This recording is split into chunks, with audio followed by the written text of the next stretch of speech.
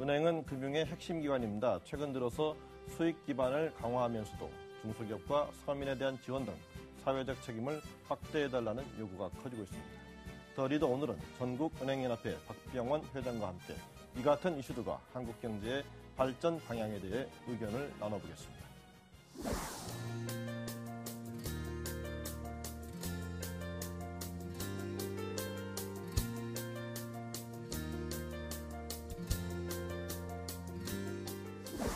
네, 바쁘신데 감사합니다. 예, 반갑습니다. 네. 지금 취임하신 지 이제 1년여 지나셨는데요. 되돌아보시면 소감이 어떠신지요? 우리 경제 전체뿐만 아니라 세계 경제 전체가 계속 어려운 상황 속에 있었기 때문에 우리 은행권도 지난 1년간 굉장히 어려웠죠. 근데 이제 경제가 어려우면 어려울수록 또 은행권에 대한 기대는 또 더 커진단 말입니다. 여러 좀 풀어달라는. 그러니까 은행권에 대한 기대라는 게 한마디로 요약하면은 간단하죠. 중소기업하고 서민들에 대해서 더 싼 금리로 더 많이 돈을 빌려달라 이거 아니겠습니까, 그죠? 근데 사실 은행은 돈을 버는 것이 돈을 많이 빌려줘야 돈을 많이 법니다. 그러니까 언제나 돈을 많이 빌려주고 싶어요. 예. 그리고 싼 금리로 은행들 간에 지금 과거와 달리 은행들 간에 대출 경쟁이 치열하거든요. 그러니까 싼 금리로 줘야 대출도 양질의 대출을 우리 많이 해줄 수 있기 때문에 그래서 중소기업 서민을 위해서 은행이 싼 금리로 많은 대출을 해주기를 사회가 요구하고 있는데 문제는 은행도 어디선가 돈을 조달해가지고 빌려주는 거거든요. 그렇습니다. 그 대표적인 예가 예금을 받아서 이제 대출을 해준다고 생각을 하시는데 예금 받을 때 우리가 이자 주지 않습니까, 그렇죠? 예금 받을 때 이자 줘서 거기에 약간의 마진을 붙여가지고 대출을 하는 거고 또는 이제 국제금융시장에 가서 돈을 빌려가지고 대출을 해주고 하는 건데 우리가 은행이 싼 금리로 많은 자금을 조달을 하려고 하면 은행이 자본도 충실해져야 되고 은행 자본이 충실해지려고 하면 은행이 이익을 어느 정도 내야 되지 않습니까? 그렇죠. 그래서 저는 은행이 이익을 내는 것이 은행이 적정한 수준의 이익을 내는 것이 궁극적으로 싼 자금으로 싼 금리로 많은 자금을 조달해서 또 싼 금리로 많은 자금을 공급할 수 있는 길이다 하는 그런 걸 좀 우리 경제 주체들이 우리 사회에서 좀 이해를 해 주셨으면 좋겠어요. 그래서 은행이 조금 수익이 좀 낮다고 하면은 은행이 모두들 어려운데 은행이 이익을 내면 되느냐 이자를 깎으라든지 수수료 깎으라든지 이런 식으로. 근데 은행이 재구시를 하려고 하면은 어느 정도 또 수익은 내고 자본이 충실해져야만 은행이 더 많은 역할을 할 수 있다 하는 그거를 좀 이해를 해 주셨으면 좋겠네요. 지금 이제 말씀하셨습니다만 이제 현실은 하여간 경쟁도 치열하고 또 당국의 규제도 있고 또 소비자들의 요구도 있다 보니까 이제 예금 금리와 대출 금리의 차이만큼 이제 수익이 발생하는 그 예대 마진이 계속 축소되고 있거든요. 지금 현상을 어떻게 보시고 어떻게 진단하시고 또 전망을 어떻게 보시는지요? 예대 마진은 제가 기억하기로는 한 10년 전만 해도 거의 3% 2.8 이상 갔거든요. 근데 지금 거의 이 수준으로 떨어져 있습니다. 예대 마진은 날이 갈수록 이렇게 축소되고 있고 앞으로도 예대 마진을 더 확대하기는 어려울 겁니다. 왜냐하면 아까 말씀드린 대로 지금 국내 금융시장에서는 은행들 간에 어떻게 보면은 과당 경쟁 상태거든요. 그 상태에서 우리가 마진을 더 이렇게 확대하기는 어려울 걸로 생각을 합니다. 그래서 은행 경영 환경은 앞으로도 점점 더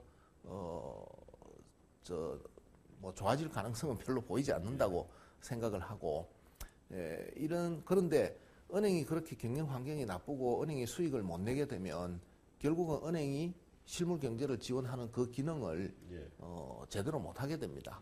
그래서 이게 소위 그 지속 가능한 금융이 되려고 하면은 은행이 어느 정도 수익 내는 것을 좀 용인을 해줘야 되지 않을까.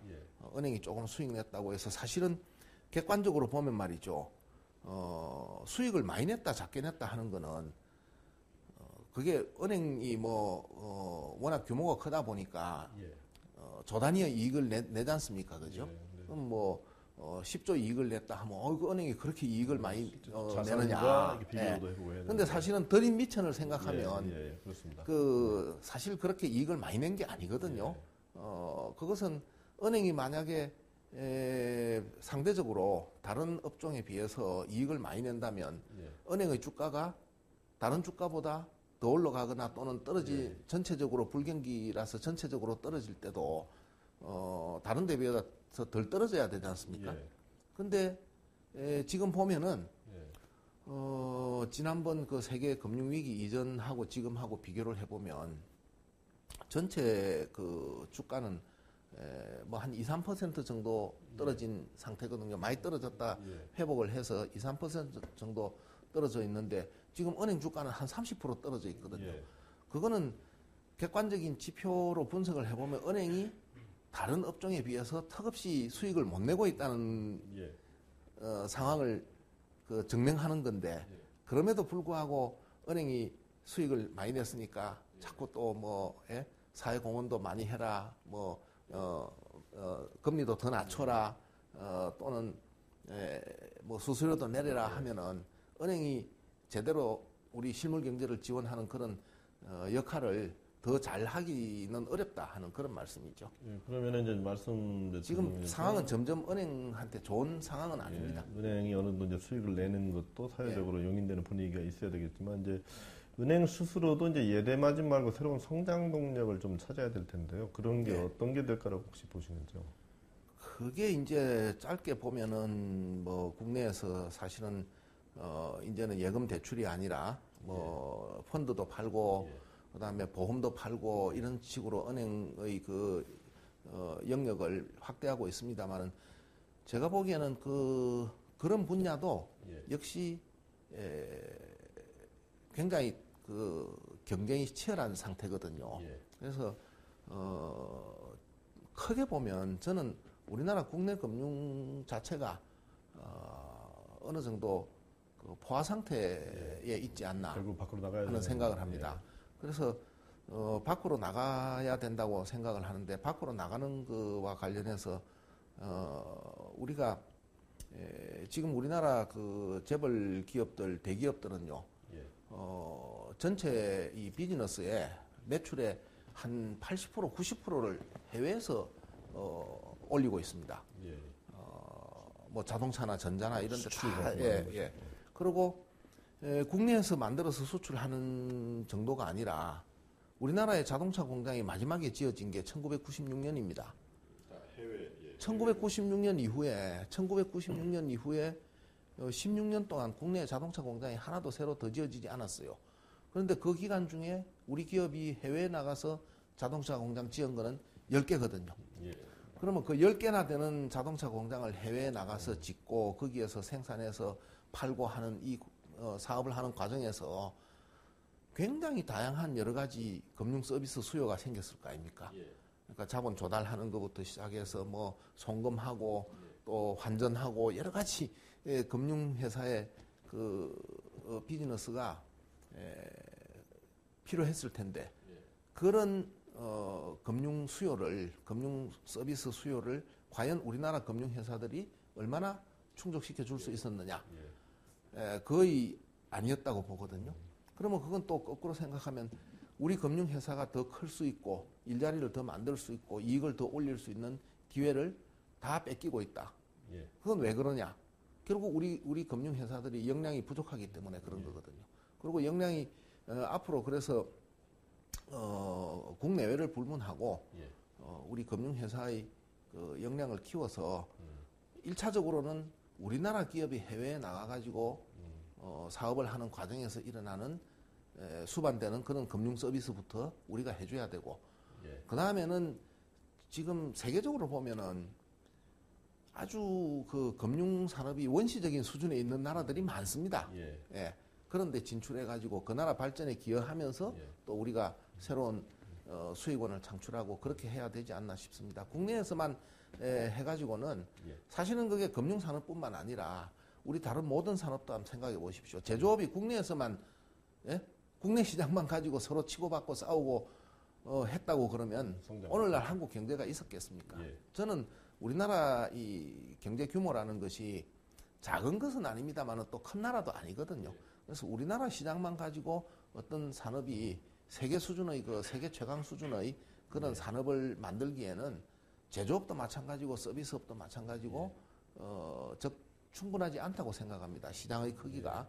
그래서 금융업도 앞으로 좀 세계 무대로 진출하는 그런 노력을 하지 않으면은 더 이상 금융산업에서 금융산업이 국내 시장에서 더 크고 일자리를 만들어내고 하기는 어렵지 않나 하는 그런 생각입니다. 예, 뭐 글로벌 경쟁에 노출된 산업들이 글로벌 인류가 됐다 뭐 이런 얘기도 있던데 지금 그런 맥락에서 그렇죠. 예. 그렇죠. 우리나라 이제 제조업은 우리가 70년대 중반부터 글로벌 경쟁의 수입 자유화를 통해 가지고 경쟁에 노출시켰는데 그것은 왜 그렇게 됐었느냐 하면 그 당시에 그 60년대부터 우리는 제조업은 수출이라고 하는 세계 시장을 전제로 한 성장 전략을 썼거든요.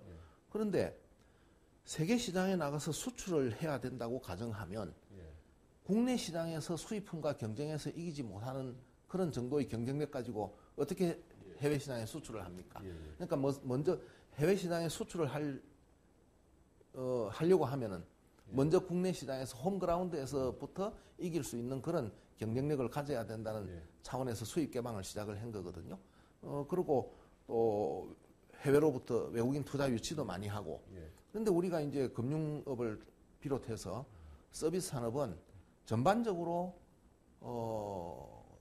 그냥 국내 시장만 가지고 여태까지 사업을 하는 걸 전제로 살아왔고 또 지난번 그 97년 외환위기 이후에 일부 외국 금융회사들이 투자 유치를 했지만은 아직도 다른 그 제조업에 비해서는 외국 그 금융회사들 투자 유치가 아직도 불충분하고 서비스업 전체가 다 지금 그런 상황입니다. 그래서 서비스업 중에서 처음부터 세계 시장을 세계 무대를 전제로 해가지고 사업을 한 업종들은 서비스업에도 강한 업종이 있습니다. 한번 짐작하실 수 있겠습니까? 해운하고 항공입니다. 해운하고 항공은 처음부터 국내 시장이란 건 아예 뭐 없다시피 했기 때문에 처음부터 세계 시장에서 살아남지 못하면 우리는 뭐 존재할 수가 없다 하는 그런 자세로 세계 모델을 전제로 사업을 해왔기 때문에 지금 뭐 해운하고 항공은 우리나라가 거의 세계 최강 수준에 들어가 있지 않습니까? 그러니까 그런 우리가 제조업에서 성공을 했고 또 해운 항공 산업에서 성공한 그런 전략과 정책을 우리 금융업을 비롯한 서비스 산업에도 적용을 해서 국제 모델을 세계 모델을 전제로 우리가 앞으로 경영 전략이나 또는 국가 경제 정책을 펴나가야 된다고 생각을 합니다. 어떤 대책을 좀 실효성 있는 대책을 추진해 나가야 지금 말씀하신 그런 효과들이 일어날까요? 그게 기본적으로 우선 그 절박함 이거 아니면 진짜 이렇게 하지 않으면 서비스 산업 쪽에서 경쟁력을 키우고 일자리를 만들고 이렇게 하지 않으면 안 되겠다 하는 그 절박함이 우선 우리 사회에 그 절박함에 대한 공감대가 없는 것 같아요. 지금 지난번 우리 그 대통령 선거 때 주로 이슈가 됐던 게 뭐 양극화 문제라든지 복지라든지 하는 이런 쟁점들이 있지 않습니까? 그 쟁점들을 사실 따지고 보면은 전부 다 그 젊은이들을 위한 청장년층들을 위한 고용이 부진했다, 일자리가 많이 생기지 않았다 하는데 저는 원인이 있다고 생각을 하거든요. 특히 최근 5년 동안을 이렇게 보면은 일자리가 최근 5년 동안에 126만 개인가 127만 개 정도 늘어난 걸로 되어 있습니다. 근데 126만 개, 127만 개 정도면 그렇게 나쁜 성적은 아니거든요. 특히 2012년 같은 경우는 뭐 40만 개 이상 일자리가 만들어졌다 하면 대충 우리가 한 해 일자리가 30만 개 정도만 늘어나면 경제가 이렇게 선순환을 할 수 있다고 보는 관점에서 보면 숫자상으로 보면 그렇게 나쁘지 않은 것 같습니다. 그런데 문제는 그 내용이 문제라고요. 그 중에 127만 개 중에 66만 개가 사회복지 분야에 50대 이상의 여성의 파트타임 일자리입니다. 그러니까 청장년층들의 풀타임 일자리하고는 상관이 없는 거죠. 그래서 그 66만 개를 빼고 나면 60만 개밖에 안 남아요. 그리고 그 60만 개 남은 중에서도 최근에 이 좋은 일자리가 하도 안 만들어지다 보니까 많은 사람들이 취직을 못한 젊은 사람들도 그렇고 또 회사에 다니다가 회사에서 이렇게 퇴직한 사람들도 그렇고 놀 수는 없으니까 자꾸 이게 이 자영업 창업을 해요. 영세 자영업을. 영세 자영업 창업을 해요. 그러니까 뭐 조그만 가게라든지 조그만 음식점이라든지 이런 거를 자꾸 창업을 하다 보니까 지금 우리나라 그 영세 자영업에 해당하는 주로 도소매, 음식, 숙박, 그다음에 운수업, 그러니까 저 용달, 택배, 화물차라든지 택시 이런 것들이 이제 주로 이 자영업, 소규모 자영업에 속하는 그런 업종들입니다만은 이 업종에 종사하는 분들이 지금 우리나라에 한 700만 정도 되거든요. 근데 이게 다른 선진국 이 비율로 보면은 한 27% 정도 되는데 전체 고용의 27% 정도 되는데 대부분의 나라가 그 15% 넘는 나라가 거의 없습니다.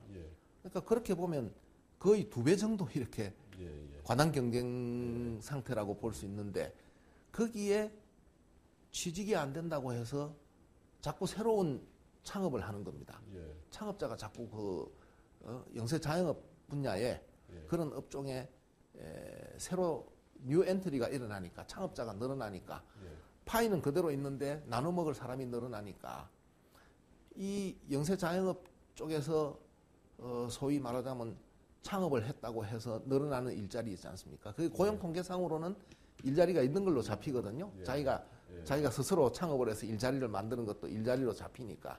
근데 그 늘어난 그런 최근에 늘어난 영세 자영업의 그 고용 통계에 상으로는 통계로 나오는 그 영세 자영업 증가도 이게 바람직한 고용이라고 볼 수가 없는 거죠. 바람직한 일자리가 늘어난 거라고 볼 수가 없는 겁니다. 일자리가 되게 5년 안에 폐업하는 비율이 되게 높더라고요. 그렇죠. 일자리가 하도 안 생기다 보니까 자기가 그냥 창업을 해서 일자리를 만드는데 이게 지속 가능한 좋은 일자리가 또 아니거든요.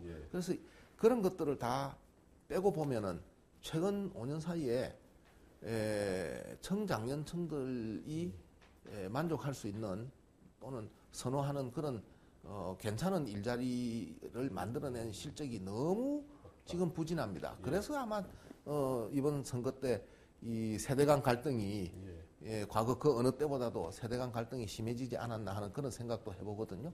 그리고 단기적으로 보면 그렇습니다만은 좀 장기적으로 보면 우리나라의 전체 고용에서 1991년에 우리 제조업에서의 일자리가 516만 개였는데 그로부터 20년이 지난 2011년에 제조업의 일자리가 409만 개입니다. 그럼 20년 사이에 제조업에서는 107만 개의 일자리가 없어진 거죠. 뭐 자동화 이런. 자동화가 뭐 상당 부분 차지하고 또 국내 임금 수준이 높아져서 해외로 이전한 그런 것들로 해서 어쨌든 제조업에서 20년 동안 107만 개의 일자리가 없어지는 그런 상황이거든요. 그럼 도대체 우리가 청장년층들이 취직할 수 있는 좋은 일자리 창출이라는 것은 지금 제조업에서 굉장히 사실상 불가능하고 제조업에서는 줄지만 않아줬으면 좋겠단 말입니다. 농업에서도 그렇거든요. 이건 뭐 70년대부터 계속 줄어왔었고 그 다음에 아까 말씀드린 대로 도소매, 음식, 숙박, 운수 이런 쪽에 개인 서비스업이라고 하는 그런 자영업 쪽에서도 이미 포화 상태고 아까 말씀드린 것처럼 사실은 현재보다도 한 반 정도 줄어줬으면 반 정도 줄어줬으면 2배 정도 거기에 종사하는 사람들이 좀 장사가 좀 된다 하는 느낌이 들려고 하면 반 정도 줄어들어야 될 상황이거든요. 그러면 우리 경제 전체에서 약 반에 해당하는 부분이 일자리가 주는 분야입니다. 나머지 반에서 그 부족한 일자리, 그러니까 1년에 한 30만 개 필요한 일자리는 물론이고 지금 농업과 제조업과 그다음에 영세 자영업에서 앞으로 줄어들 것까지 포함해서 이 줄어드는 것을 상쇄하고도 넷도로 30만 개가 남아야 되니까 한 40만 개 내지 45만 개 일자리를 이 나머지 분야에서 소위 고부가 가치 서비스 산업에서 만들어내 주지 않으면 앞으로 우리 이 고용 사정은 점점 더 나빠질 거다 이런 얘기입니다. 그래서 이 절박한 이 일자리 만든다는 것이 우리 지금 우리 경제 상황에서 얼마나 어렵고 우리가 좋은 일자리만 젊은이들이 취직하기를 원하는 그런 좋은 일자리를 만들 수 있다 그러면 그야말로 무슨 짓이라도 해야 되겠구나 하는 그런 사회적 컨센서스가 저는 없으니까 이런 거 저런 거 이렇게 해야 된다 저렇게 해야 된다 하는 방안이 많이 그 사이에 제시됐거든요. 근데 거기에 대해서 세상에 이 좋은 일만 좋기만 한 일은 없습니다. 한쪽 면에서 좋은 점이 있으면 그게 반드시 어느 정도의 대가가 따르게 돼 있거든요. 중국 관광객을 더 많이 유치하기 위해서 호텔을 더 지어야 되겠다. 호텔을 더 지어야 되겠다고 그러면 지금 일자리가 절실하니까 그거 해야지 하고 모두가 의견을 모아주는 게 아니라 온갖 그 이유들을 들어가지고 안 된다 하는 그런 이유들이 얼마든지 있을 수 있거든요. 그런데 세상에 그런 정도의 코스트도 부담하지 않고 우리가 얻을 수 있는 게 뭐냐? 뭔가 얻는 게 있으면 거기에 대한 이 정도 코스트는 그것 때문에 농지가 좀 훼손된다든지 임야가 훼손된다든지 여러 가지 바람직하지 않은 면이 하나도 없는 건 이 세상에 없단 말입니다. 그런 게 있다 하더라도 일자리만 생긴다면 우리가 해야지 하는 이런 자세로 우리가 임해주지 않았기 때문에 하여튼 이유들이 많아요. 이건 이래서 안 되고 저건 저래서 안 되고 해가지고 실제로 아까 말씀하신 대로 이 분야를 논의하기 시작한 지가 10년이 지났는데도 별로 진전이 없습니다. 우리가 관광산업을 경쟁력 강화하고 중국 관광객 유치해야 된다는 얘기한 지가 15년도 넘었어요. 근데 지금도 여전히 관광객이 와도 수용할 호텔이 부족하다는 이 신세 타령, 이런 호텔 부족하다 하는 이것이 아직도 15년이 지나도 해소가 안 됐다는 것은 우리가 이 고용 창출이라는 것이 얼마나 절실하다는 것에 대한 사회적 공감대가 형성되어서 그것을 일자리만 생길 수 있다면 그런 정도 리스크는 그런 정도 코스트는 우리가 치러야지 하는 이런 각오가 안 돼 있다는 거죠.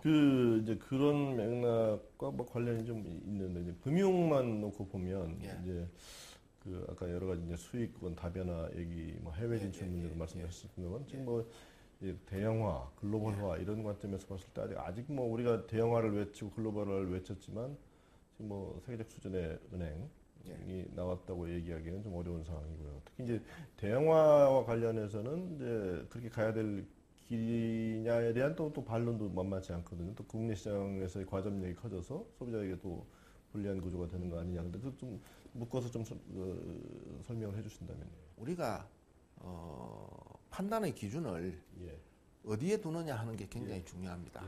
그러니까 자꾸 국내 시장만 보고 판단을 하니까 그런 얘기가 나오는 겁니다. 그러니까 모든 판단을 전 세계 시장을 상대로 하고 세계 무대를 상대로 한다고 가정하고 판단을 해줘야 된다고요. 그렇게 하면은 그 판단의 기준을 싹 바꾸면 그런 얘기는 안 나오게 되는 거죠. 제가 우리금융 회장할 때 말이죠. 이런 경험이 있습니다. 예를 들어서 지금 뉴욕이나 홍콩이나 싱가포르에 가면 우리나라 젊은이들이 미국에서 MBA 해가지고 세계적인 금융회사에서 일하는 젊은 사람들 많이 있거든요. 저는 이제 그 친구들한테 가서 당신네들 지금 받는 연봉과 똑같은 수준 또는 더 줄 수도 있다. 한국에 들어와서 우리나라 금융회사의 발전과 역량 강화를 위해서 네가 좀 일을 해주면 안 되겠느냐 하고 소위 말하자면 리크루트 하러 돌아다니면서 그거 해본 적이 있거든요. 근데 그 친구들 얘기는 딱 한마디로 놓습니다.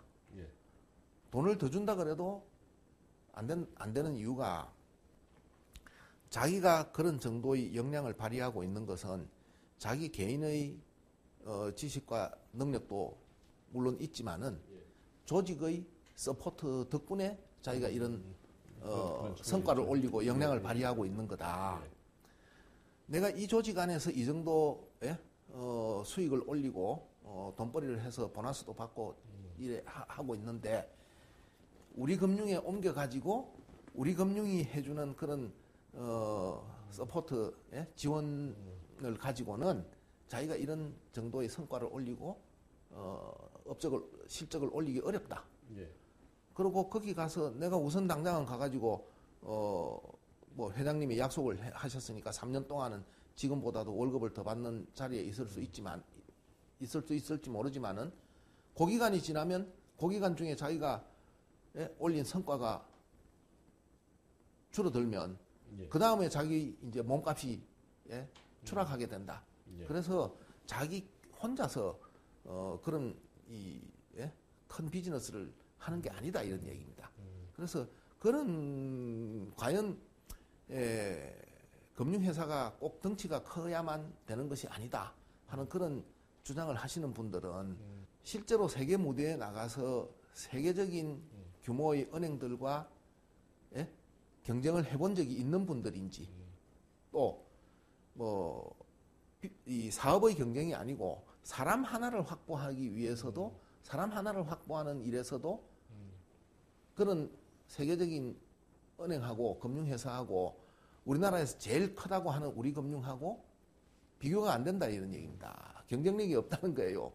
사람 하나 이렇게 리크루트 해오지도 못하는 그런 정도의 수준의 우리나라 금융회사들이 있는 겁니다.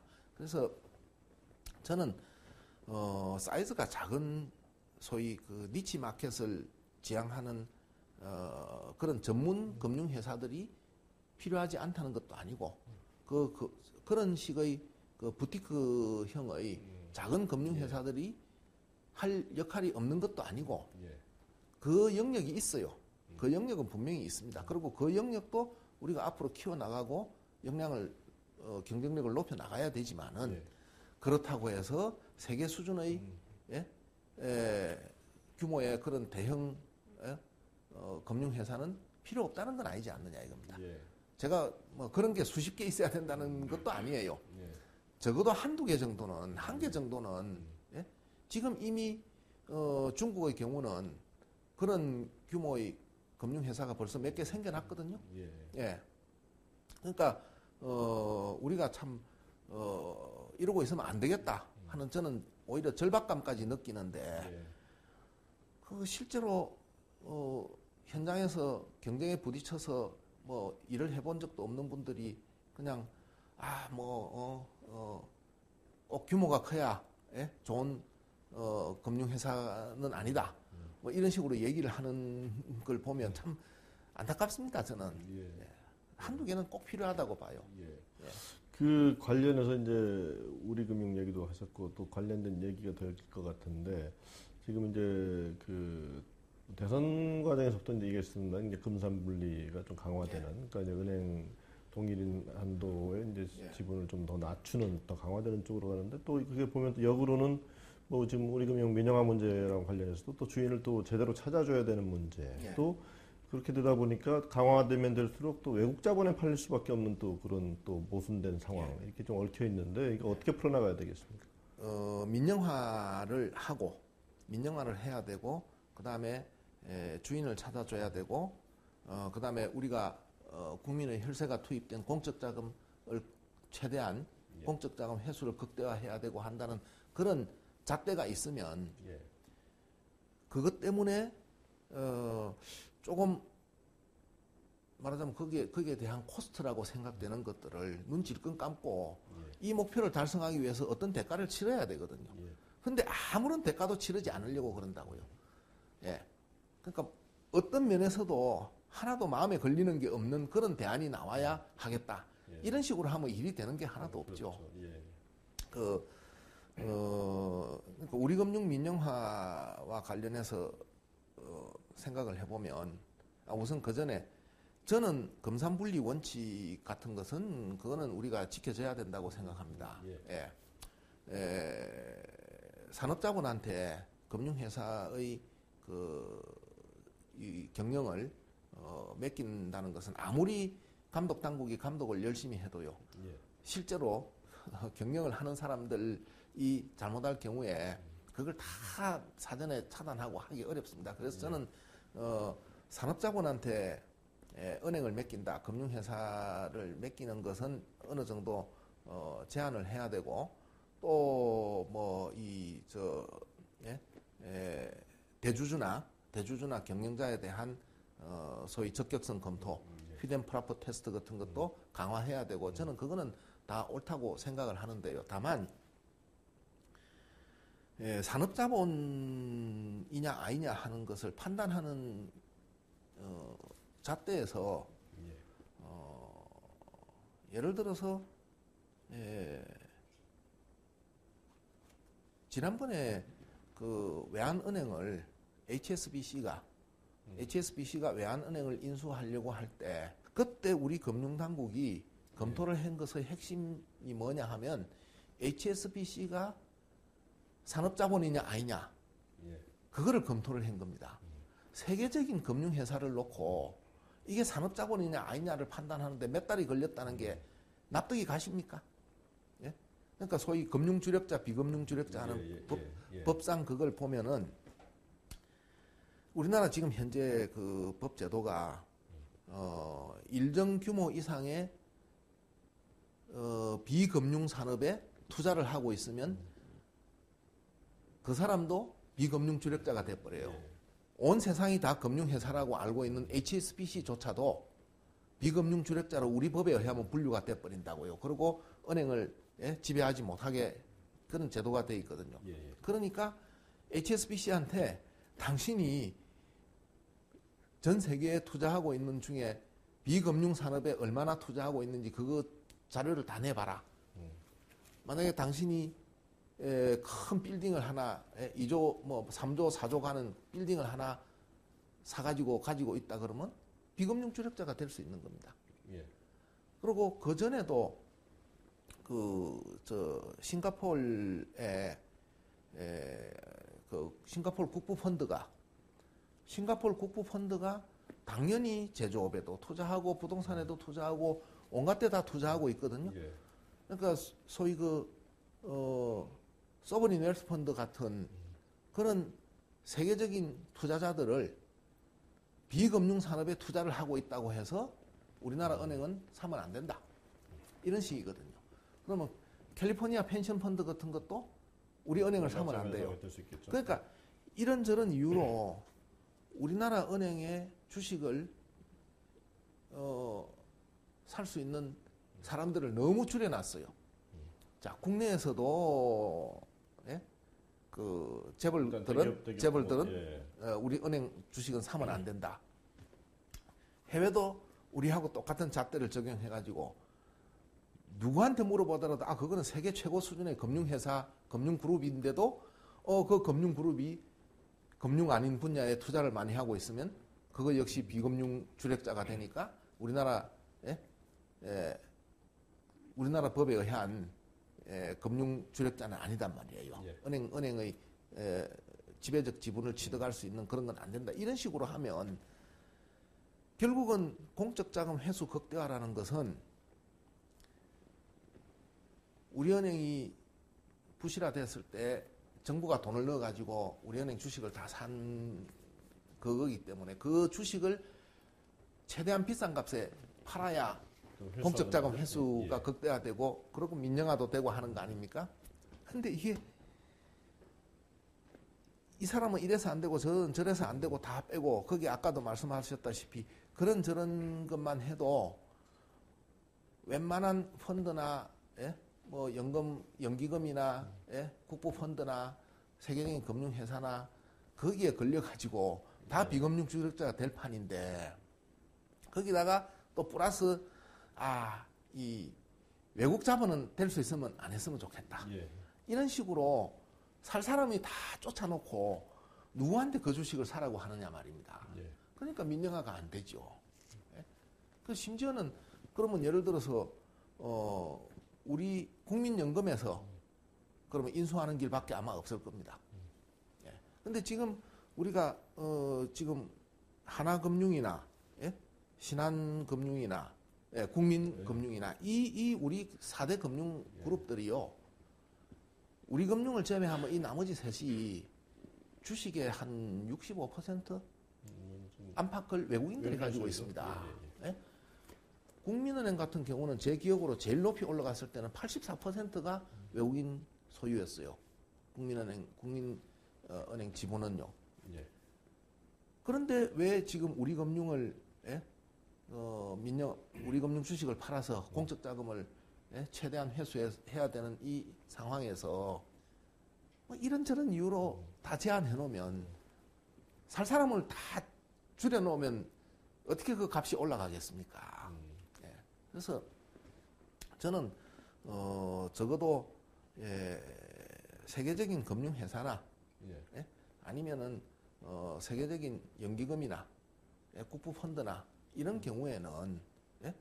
그 사람들이 워낙 대규모의 자금을 굴리다 보니까 뭐 부동산에도 투자하고 제조업에도 투자하고 뭐 예? 유전에도 투자하고 다 하는 거 아닙니까? 그런 누가 보더라도 금융 사업자인 그런 주체들에 대해서는 제발 그 우리나라의 그 비금융 주력자, 금융 주력자는 그 판단 기준을 완화시키자. 예. 조금이 아니라 적용 안 하는 게 맞다고 생각합니다. 예? 예를 들어 시티그룹이나 HSBC 보고 너가 금융 주력자인지 아닌지 우리가 한번 예? 검증을 해야 되겠다. 세상을 웃기는 얘기 아닙니까? 예? 그래서 좀 더 많은 원매자들을 예? 우리나라 금융회사 주식을 사고 싶어하는 사람들은 웬만하면 다 입찰에 예? 들어올 수 있게 이렇게 길을 열어놔줘야 그 사람들이 여러 사람이 앞을 다투어서 서로 살라고 해야 그 값이 올라갈 거 아니냐 말입니다. 지금 이제 최근 가장 이제 현안 문제 중에 하나가 이제 뭐 사실 뭐 가계부채 문제는 뭐 너무나 많이 언급이 돼서 사실 또 여러 대책도 나왔고요. 근데 지금 현상을 진단해 주시고 또 지금 나온 대책들이 그 위기로 갈 수 있는 그것들을 막는데 뭐 충분한 대책이라고 보시는지 또 추가적으로 뭐 취해져야 될 조치들이 있다고 보시는지 좀 진단을 좀 해주시죠. 예. 옛날 같으면 말이죠. 예. 가게가 은행 돈을 쓸 수 있었습니까? 가게가 은행 돈 쓴다는 거는 무지하게 힘든 일이었습니다. 외환위기 전 상황은 되게 대부분 그러니까, 기업들이 빌려왔죠. 예. 그리고 또 중소기업 쪽으로 기업 중심으로 그러니까 가게는 저축을 하고 기업이 그 돈을 빌려 가지고 예? 투자를 하고 일자리를 만들고 그게 정상인데요. 얼마나 돈 빌려줄 데가 없었으면 예? 금융회사들이 열심히 가게한테까지 돈을 빌려줬겠습니까? 그러니까 적어도 우리나라에서 금융회사로부터 돈을 빌렸다 하는 것은 굉장히 상대적으로 혜택을 받은 거라고 봐야 된다고 저는 생각을 하거든요. 그래서 우선 이분들이 뭐 여러 가지 이유로 어려움에 처해서 우리가 정책적으로 도와줘야 되겠다고 하면은 근거가 있어야 된다고 생각을 합니다. 왜냐하면 은행에서 돈을 빌려보지도 못하고 더 비싼 사채업자나 대부업자한테 가서 20% 30% 이자로 돈을 빌려 써야 됐던 그런 분들에 대한 걱정과 배려 또는 대책을 먼저 세워줘야 된다는 말을 우선 먼저 드리고 그다음에 이제 은행이나 뭐 다른 제2금융권 포함해서 우리 우리 금융 회사들한테 돈을 빌려 쓴 분들을 보면 우리가 이미 오래전부터 LTV 규제나 DTI 규제를 예. 아주 제대로 했거든요. 예. 그러니까 담보의 적정성도 평가를 하고 그다음에 현재 소득이 얼마나 있고 수입이 얼마나 있으니까 과연 이 정도 빚을 졌을 때 그걸 갚아 나갈 능력이 있느냐 하는 거를 따져가지고 빌려줬단 말입니다. 예. 그러면 지금 어려워졌다는 것은 결국은 자꾸 이 집값 하락을 가지고 얘기를 하는데요. 저는 집값 하락이 중요한 게 아니고 그거는 담보 가치 면에서 중요하지만은 상환 능력이라는 빚을 갚을 수 있는 능력이라는 면에서 보면 DTI가 더 중요한 거거든요. 그러면 DTI에서 I라는 것은 수입 내지는 소득인데 결국은 이 소득에서 문제가 생겼다는 뜻이거든요. 예? 그러니까 충분히 갚을 수 있는 정도의 월급을 받는 직장에 다니고 있던 분이 직장에서 나와가지고 갑자기 이 인컴이 없어졌다거나 소득이 없어졌다거나 아니면 아까 말씀드린 것처럼 자영업을 회사에서 이제 그만두고 가게라도 해보겠다고 은행 돈 빌려가지고 가게를 열었는데 가게가 잘 되는 것 같더니 취직이 워낙 안 되니까 창업하는 사람이 많이 늘어나가지고 경영 환경이 더 나빠져서 손님이 줄어들고 그래가지고 장사가 생각대로 안 돼가지고 문제가 생긴 거 아니겠습니까? 그래서 저는 이 가계부채 문제도 지금 가계부채가 너무 많이 늘어나서 갚기가 힘드니까 이것을 좀 부담을 경감해주자. 그거 일부 해야 된다고 봅니다. 아까 말씀드린 대로 가장 어려운 순서대로. 예? 그리고 은행에서 돈 빌린 사람은 가장 덜 어려운 사람들이에요. 그 다음에 제2금융권에서 빌린 분들이 조금 더 어려운 분들이고 제2금융권도 아닌 대부업체나 사채를 써야 되는 정도로 그런 분. 그래서 그 어려움에 상응하는 우선 부담을 좀 덜어주고 그다음에 지금 당장 갚지 못해가지고 집이 경매로 넘어가고 하는 그런 것들은 우리가 연기를 해주고 여러 가지 대책을 세워줄 필요가 있다고 생각을 합니다만은 문제는 그것이 하나도 궁극적 해결책은 아니라는 겁니다. 그러니까 열이 났다고 해서 얼음 찜질해서 열을 내려주는 거에 끝나지 얼음을 거두고 나면 다시 열이 날 거라고요. 소득 문제가 좀 해결돼야 된다는 말씀이시죠? 그렇습니다. 소득 문제가 해결해야 하는데 소득 문제는 결국은 제가 아까 말씀드린 것처럼 일자리 문제로 기착한다. 지금 말씀하셨으니까 어차피 마지막 질문과 연결이 돼서 지금 이제 새 정부 곧 들어서고요. 이제 2월 말이면 이제 취임식에서 박근혜 당선인이 이제 청와대 들어가는데 지금 경제 민주화, 일자리, 복지 여러 이슈들이 지금 맞물려서 사실 남마처럼 얽혀 있다고 해도 좋은데 지금 이제 그런 문제를 한목에 풀 수 있는 이제 가장 중요한 대책 중에 하나가 일자리라고 보시는 건데요. 그 부분에 대해서 새 정부에 조언하실 부분이 많이 있으실 것 같은데 좀 마지막 질문을 드리겠습니다. 이명박 정부가 굉장히 경제 면에서는 전 세계적으로 경제가 어렵다 보니까 그렇게 숫자상으로 빛나는 것 같지는 않지만은 수출이라든가 물가 안정이라든가 이런 모든 면에서 엄청난 사실은 성과를 거두었음에도 불구하고 왜 대선 과정에서 야당이 자신 있게 실패한 정부라고 막 비난하느냐. 딱 한 가지 고용 창출에서 좀 미흡했거든요. 그리고 그 고용 창출에서 미흡한 것 때문에 젊은 청장년층들이 여당에 다 등을 돌렸었다. 아주 치열하게 기억해 줬으면 좋겠어요. 그래서 이 모든 문제들을 아까 말씀드린 가계부채 문제라든가 양극화 문제라든가 이런 것들 또는 복지 재정의 부담 문제라든가 이런 모든 것들이 결국은 전부 다 일자리가 안 만들어지고 소득이 안 늘어나고 하는 거기에서부터 뿌리는 거기에 있단 말씀입니다. 그래서 복지 혜택을 확대하거나 가계부채 부담을 경감시켜 주거나 하는 이런 것들은 일종의 시간 벌기 위한 대정요법이고 그것만 해가지고는 2, 3년 내에 이런 식으로 이 고용 창출이 부진하면은 청장년층들을 위한 고용 창출이 이런 식으로 부진해가지고는 2, 3년 내에 또 국민들이 전부 다 청장년층들이 다 또 실망할 겁니다.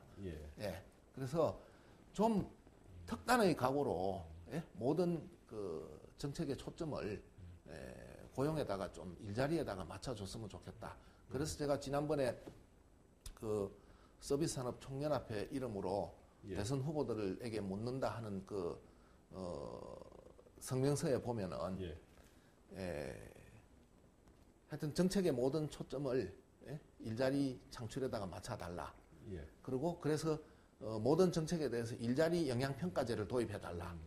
이 정책이 일견 어떤 다른 정책 목표를 위해서는 필요한 것 같지만은 그것이 결과적으로 일자리를 늘리느냐 줄이느냐, 얼마나 많이 늘리느냐 줄이느냐 하는 것을 한번 평가해보고 물가 안정을 위해서 이게 필요한 것 같지만은 그것 때문에 일자리가 많이 줄어든다 하면은 좀 다시 한번 생각해보고 미뤄준다든가 하는 그러니까 정책을 평가하는데 우리가 한 가지 정책 목표만 추구하는 게 아니지 않습니까? 여러 가지 정책 목표를 추구하는데 일자리 창출이라는 것을 좀 더 우선순위를 높은 정책 목표로 생각을 해주고 일자리 창출에 지장이 있는 것은 조금 미루어 주거나 이렇게 해줘야 되는 거 아닌가. 그리고 장관을 평가하거나 기업을 평가하거나 기업들한테요 수출 1억 불 탑 이런 거 이제 그만 주고 고용 10,000명 탑 이런 걸 좀 이제 만들어 가지고 그걸 했으면 좋겠어요.